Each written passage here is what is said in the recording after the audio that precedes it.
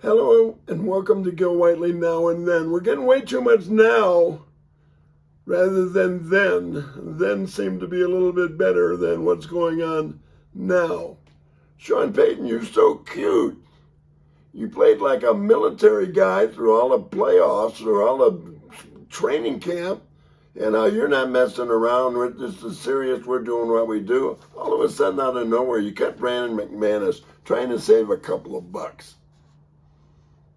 Brandon McManus is one of the most consistent kickers in the NFL. Picked up the next day. Are you kidding me?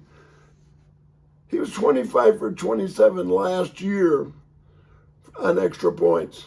92%. He would not have missed the extra point.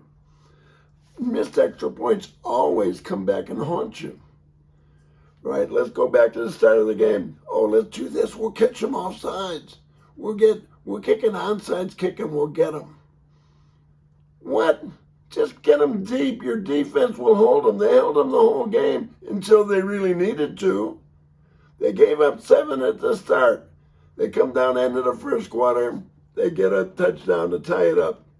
Oh, except they missed the extra point. How many times have guys missed extra points in games that you've watched and it come back to haunt you? I immediately said to the people I was watching the game with here, that's a problem. That is a problem. All of a sudden you're 7-6. Then you're 10-6. So a field goal doesn't even tie it. Hey, okay, great. You get a touchdown, you go to 13-10. Well, if they get a field goal, they can tie it. You make that extra point, they'd had to have a touchdown to take the lead. A field goal wouldn't have tied it.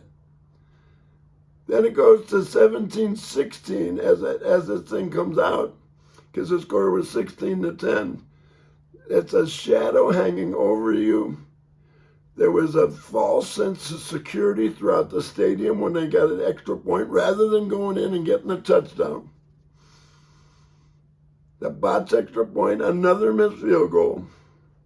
Will Lutz, I'm sure he's a nice guy, gagged his way through the first game, drug you through the coals through the first game, questioned your cutting of Brandon McManus.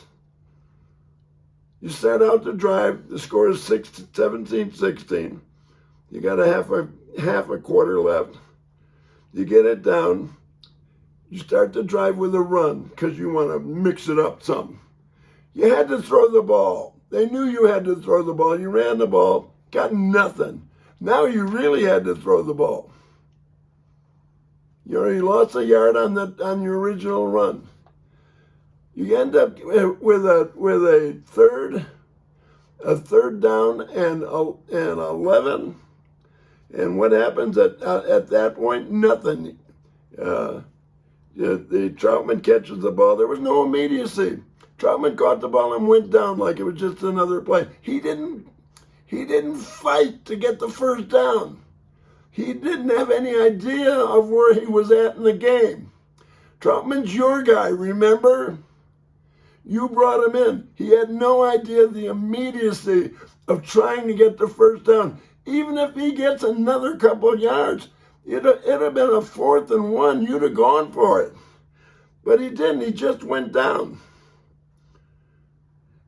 That was the death knell. You say, well, okay, 5:08. Let's punt the ball. We'll put him deep and then try and stop him. Well, you get a lousy punt. 37 yards. 5:08 left. The Jets work down. They go all the way down. You can't stop them. You don't stop them. The whole thing is all the way through it. And you give the game up 17-16 because you were trying to be cute. Onside kick cost 7 points. Your guy missed an extra point on you. Nathaniel Hackett is now listening and probably come out with a quote saying, hey, Sean Payton, that might have been the worst coach in NFL history for his first game at home for the Denver Broncos or in the NFL. Wouldn't surprise me if Nathaniel Hackett said that. What a joke. You put this team behind in your very first game. That's what we weren't supposed to get out of you. We weren't supposed to get it. I'm Gil Whiteley. I'll think to that.